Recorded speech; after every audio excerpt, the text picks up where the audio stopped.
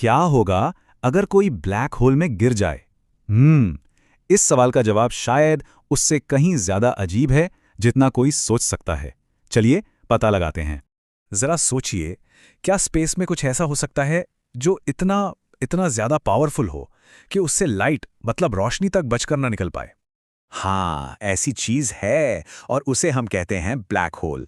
आज हम इसी के बारे में बात करेंगे और वो भी इतने आसान तरीके से कि इसके पीछे की साइंस कोई भी समझ जाए। अच्छा, इसको ना एक बहुत सिंपल से एग्जाम्पल से समझते हैं। मान लीजिए एक ट्रैम्पोलिन है। अब अगर उसके ठीक बीच में एक भारी भरकम गेंद रख दें तो क्या होगा? उसमें एक गहरा गड्ढा बन जाएगा, है ना? और फिर कोई भी हल्की चीज जो उसके आसपास होगी वो लुढ़ककर उसी गड्ढे की तरफ जाने लगेगी। तो बस, स्पेस में ग्रेविटी यानी गुरुत्वाकर्षण बिल्कुल ऐसे ही काम करता है। ब्लैक होल तब बनता है जब कोई बहुत बड़ा तारा खत्म होकर अपने ही बोझ तले दब जाता है और स्पेस में एक अविश्वसनीय रूप से गहरा गड्ढा बना देता है। और ये गड्ढा इतना गहरा और इसका खिंचाव इतना मजबूत होता है कि जो कुछ भी इसके पास आता है, गैस हो, धूल हो, कोई प्लैनेट हो, अरे यहां तक कि रोशनी भी, सब कुछ हमेशा के लिए अंदर खिंच जाता है। और वो सीमा जहां से वापसी का कोई रास्ता नहीं बचता, उसी पॉइंट ऑफ नो रिटर्न को कहते हैं इवेंट होराइजन।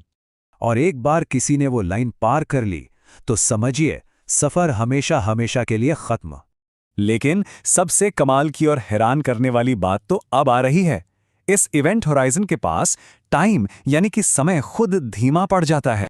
इसका मतलब ये हुआ कि अगर कोई किसी तरह ब्लैक होल के पास सिर्फ 1 घंटा बिताकर लौट आए तो हमारी पृथ्वी पर कई साल गुजर चुके होंगे। और नहीं, ये कोई साइंस फिक्शन फिल्म की कहानी नहीं है, ये असली फिजिक्स है जिसे आइंस्टाइन ने अपनी थ्योरी ऑफ रिलेटिविटी में साबित किया था। तो आप देखिए, ब्लैक होल सिर्फ स्पेस के मॉन्स्टर नहीं है, ये तो हमारे ब्रह्मांड के सबसे गहरे राज जानने की खिड़कियां हैं। क्या ये सच में सब कुछ निगल जाते हैं, या फिर जैसा स्टीफन हॉकिंग कहते थे कि ये धीरे धीरे रेडिएशन के रूप में जानकारी बाहर निकालकर गायब हो जाते हैं? इन्हीं सवालों में तो यूनिवर्स के सबसे बड़े रहस्य छिपे हैं।